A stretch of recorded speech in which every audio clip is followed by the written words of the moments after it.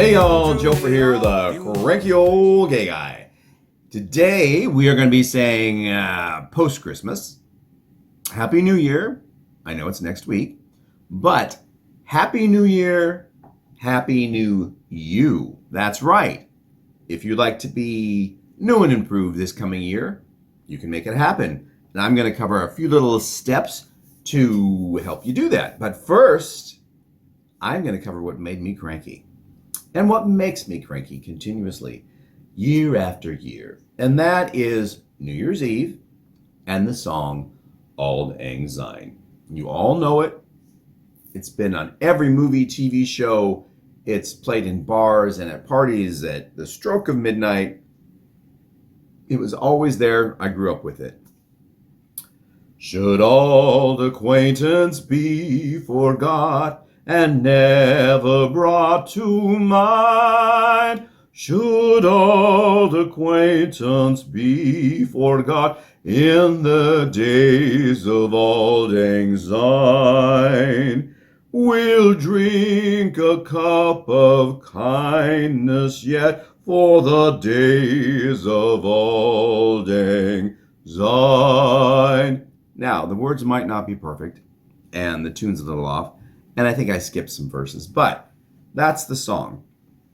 And it was just always a given. When I would go out to gay bars in the 90s and early 2000s, at the stroke of midnight, that song would come on, people would sing, and then you do your New Year's Eve kiss kind of thing, the New Year kiss. But it doesn't happen anymore, at least not where I'm going. I was at a private party just before COVID, New Year's Eve. They did the countdown, everyone shouted the countdown, and then boom, dance music. Well, where's the song? What's New Year's Eve and a new year without Auld Lang Syne? It just made me cranky as hell.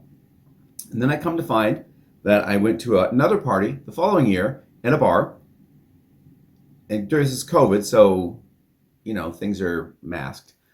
But at the stroke of midnight, once again, there was no song. It's like, what DJ plays a New Year's Eve party and doesn't bring that song with them? I'm dumbfounded. I don't understand. Is it a new generational thing? Maybe a new generation band should re-record this song, put it out there, because it is frickin' tradition, and it makes me cranky that it's missing. Okay, we're gonna move on. Do you want to make changes? Well, let me give you some ideas.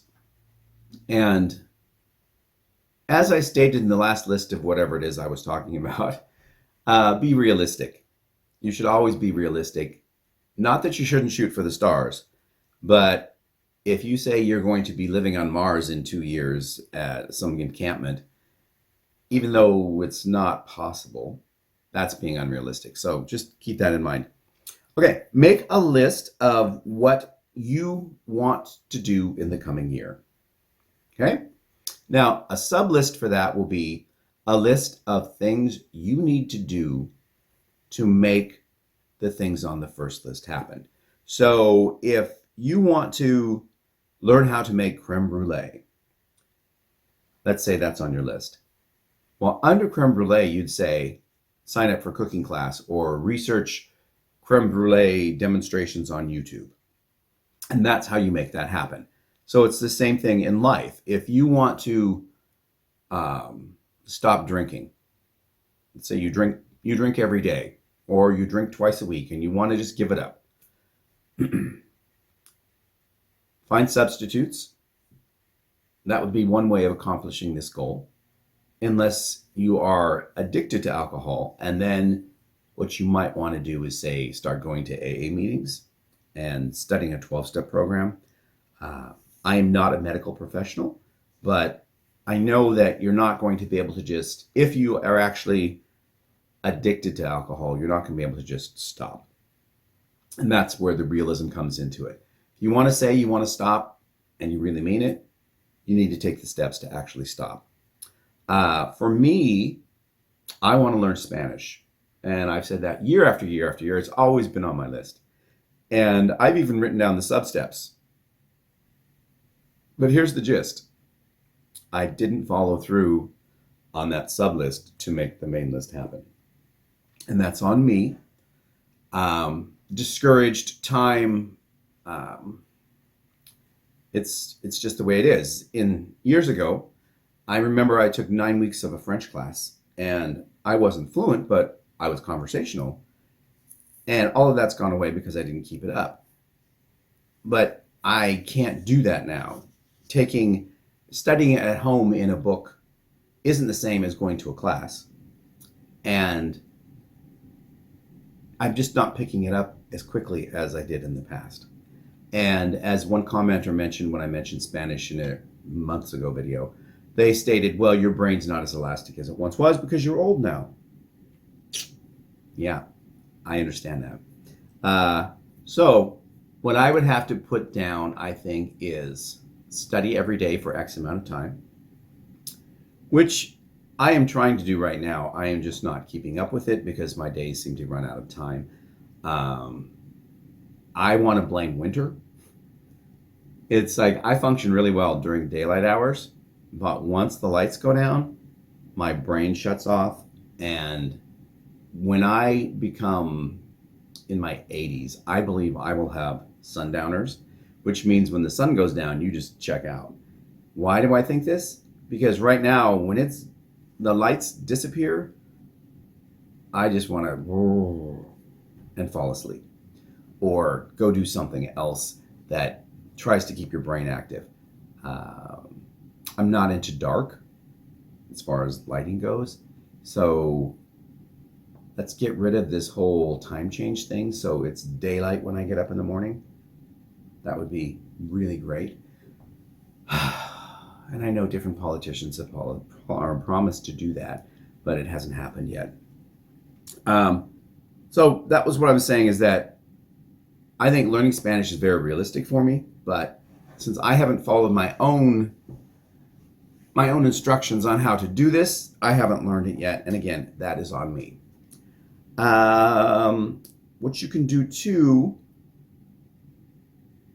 is make a list of the things in your life that aren't working. Come to terms with them, and then you'll be able to change them. So if you have a job that you hate, you don't like, we've all been there. I've been there more than once. I don't know, let's give you a fictitious job, because something that doesn't exist anymore, a typist. They really don't have typists anymore because everything is automatic. Let's say you type all day someone's notes and you just hate that job.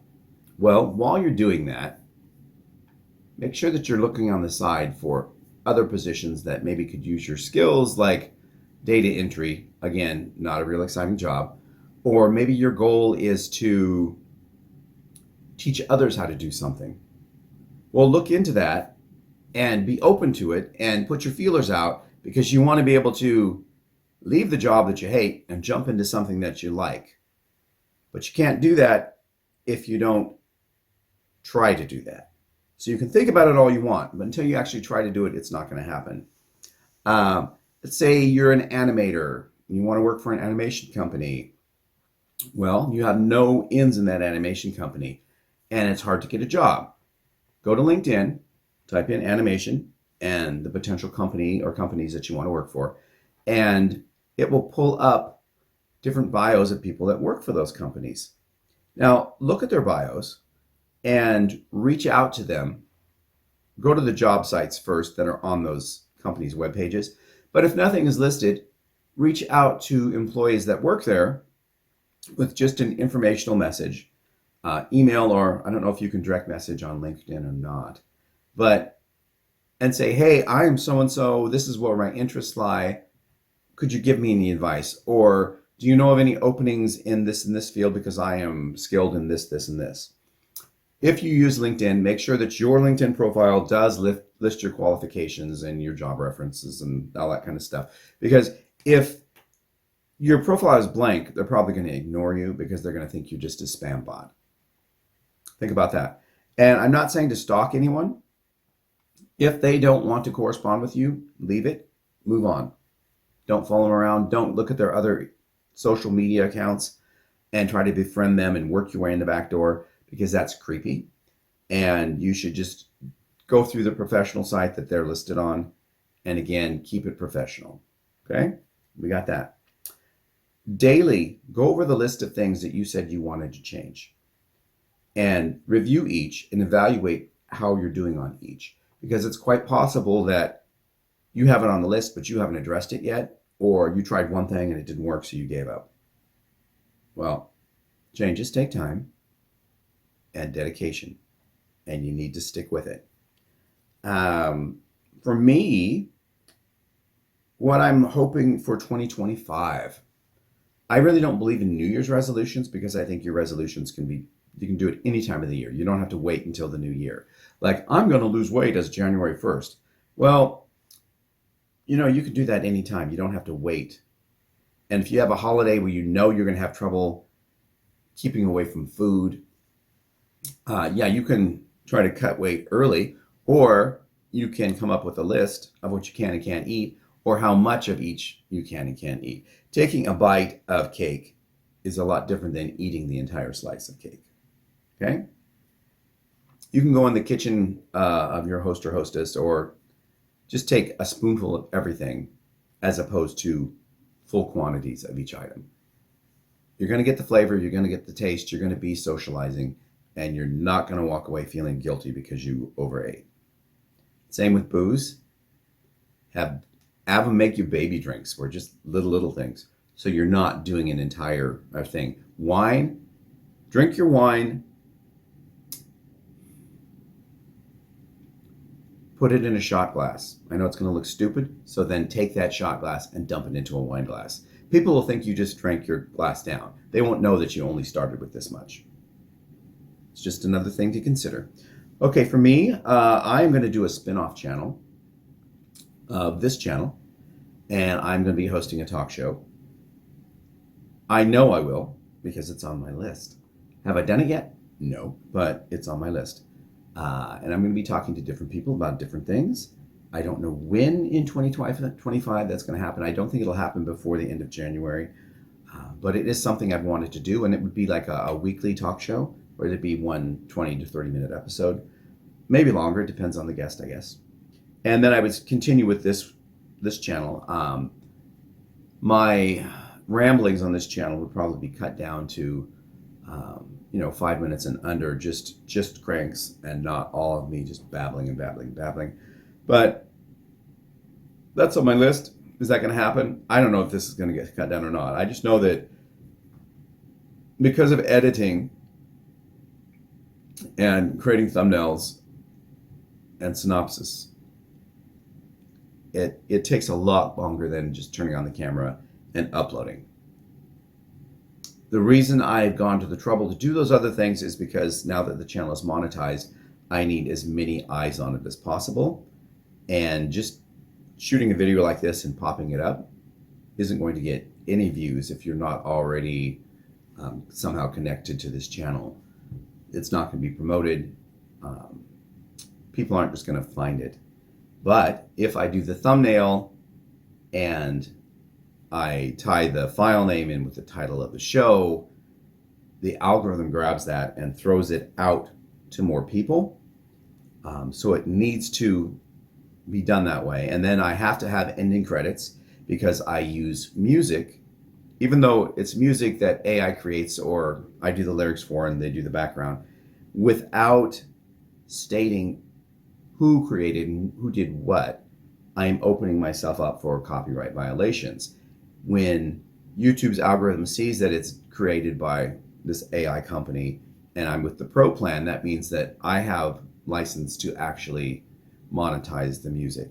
Where if I was using the free plan, I wouldn't have license to monetize that music, and they could hit me up with a copyright violation, even though it's an original song. But it would be an original song that I didn't pay for. But as a paid member of the music site, I am allowed to monetize, and that should make everything okay. It doesn't mean you wouldn't get hit with a copyright violation if someone steals your music and uploads it to a different service and claims it, because they can pay, anyone can upload music to a specific licensing service where they claim copyright ownership. It happens, and there's lawsuits all the time. How do I know this? Because there are channels on YouTube by lawyers who do nothing but assist creators. And that's how I learned that putting the free music on your channel doesn't allow you monetization unless you're an actual paid member. So I'm trying to avoid any future problems by being above board to begin with. What do I have on my list here? Oh, for me, wow.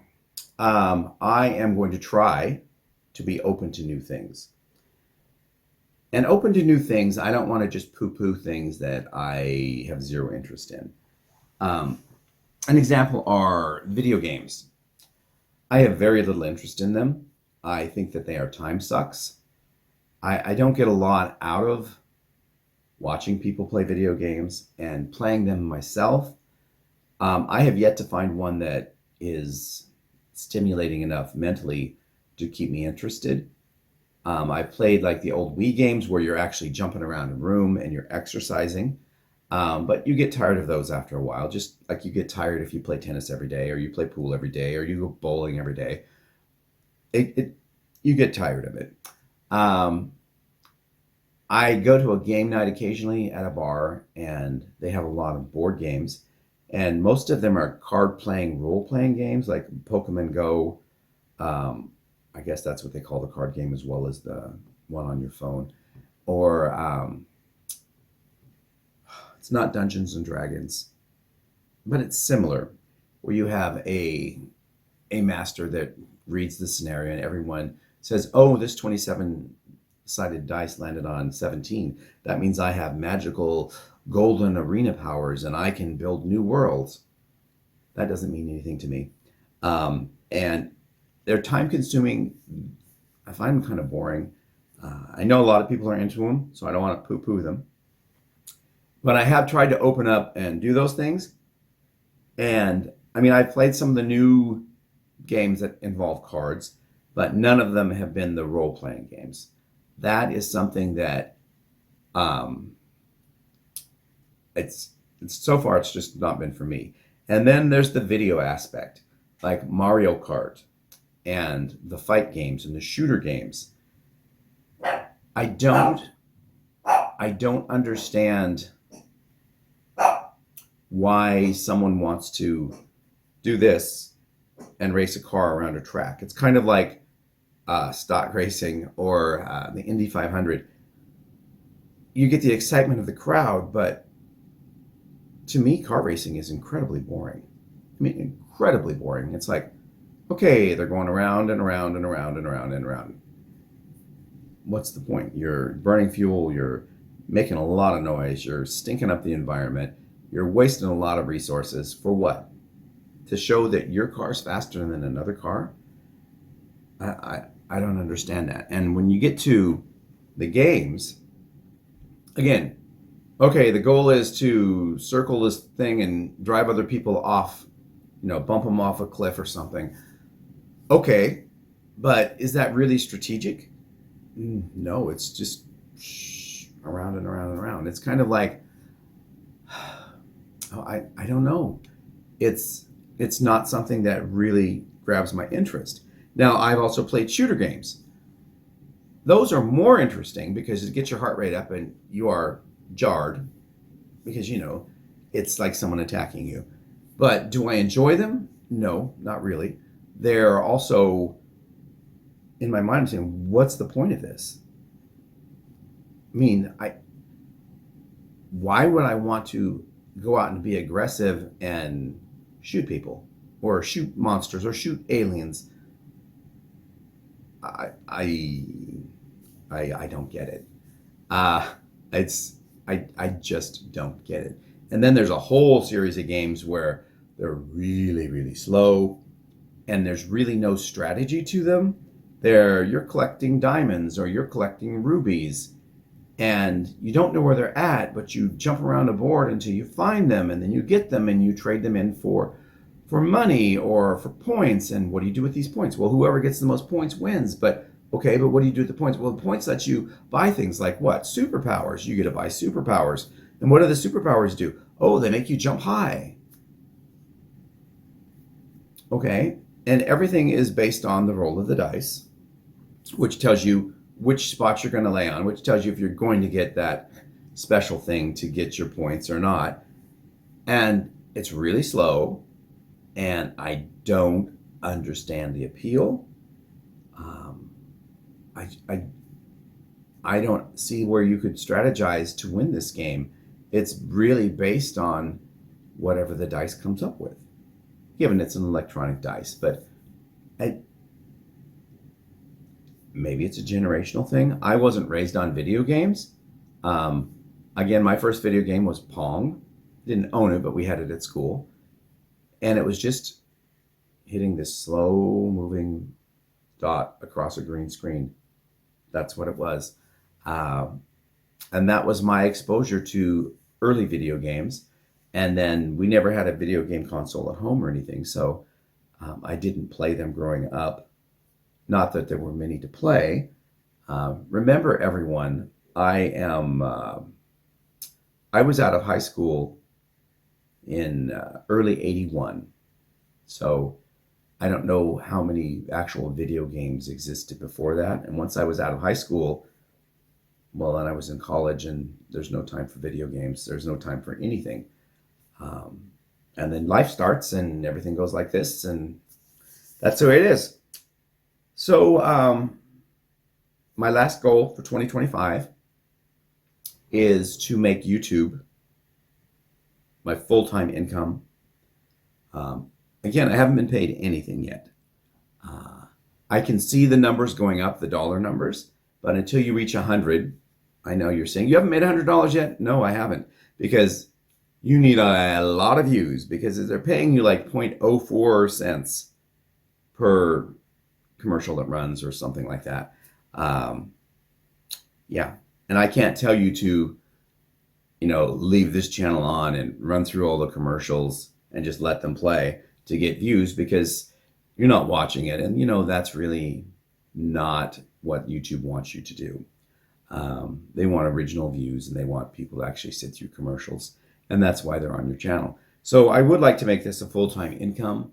That is one of the goals, and I will work towards doing that, which means better thumbnails, better descriptions, better file names, trying to grab the viewer within the first 3 seconds of a video, because everything I'm seeing online is that first 3 seconds is when they decide whether they're going to stay or whether they're going to go.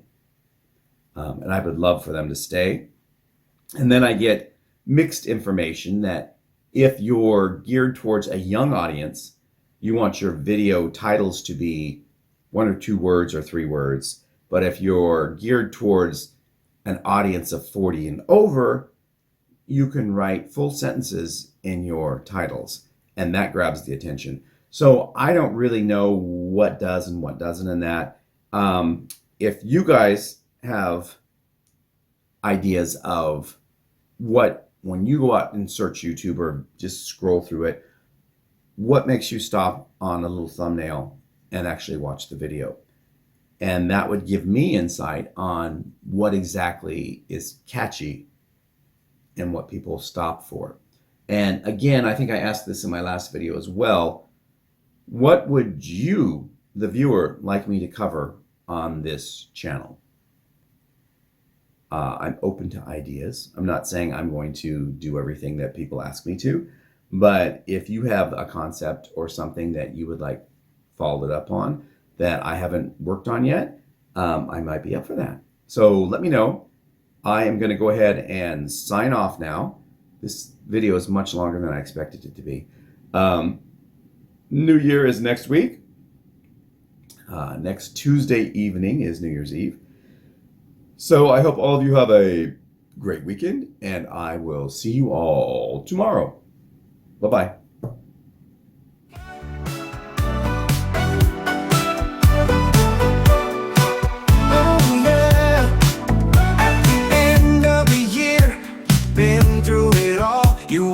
fresh restart. Start by dropping a big bomb. Now it's just past midnight, we're breaking the song.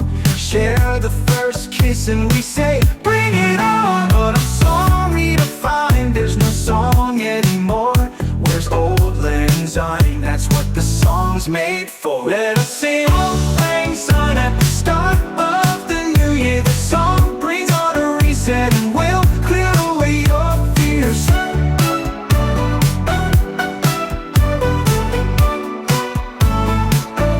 Now it's just dance music wherever you go. What happened to tradition? It's all that I know. Bring back this old song, it's easy to do. Sing out Auld Lang Syne for a happy higher you. Now it's just past midnight, we're breaking the song. Share the first kiss and we say, bring it on. But I'm sorry to find there's no song anymore. Where's Auld Lang Syne? That's what the song's made for. Let us sing Auld Lang Syne at the start of the new year. The song brings on a reset and will clear away your fears.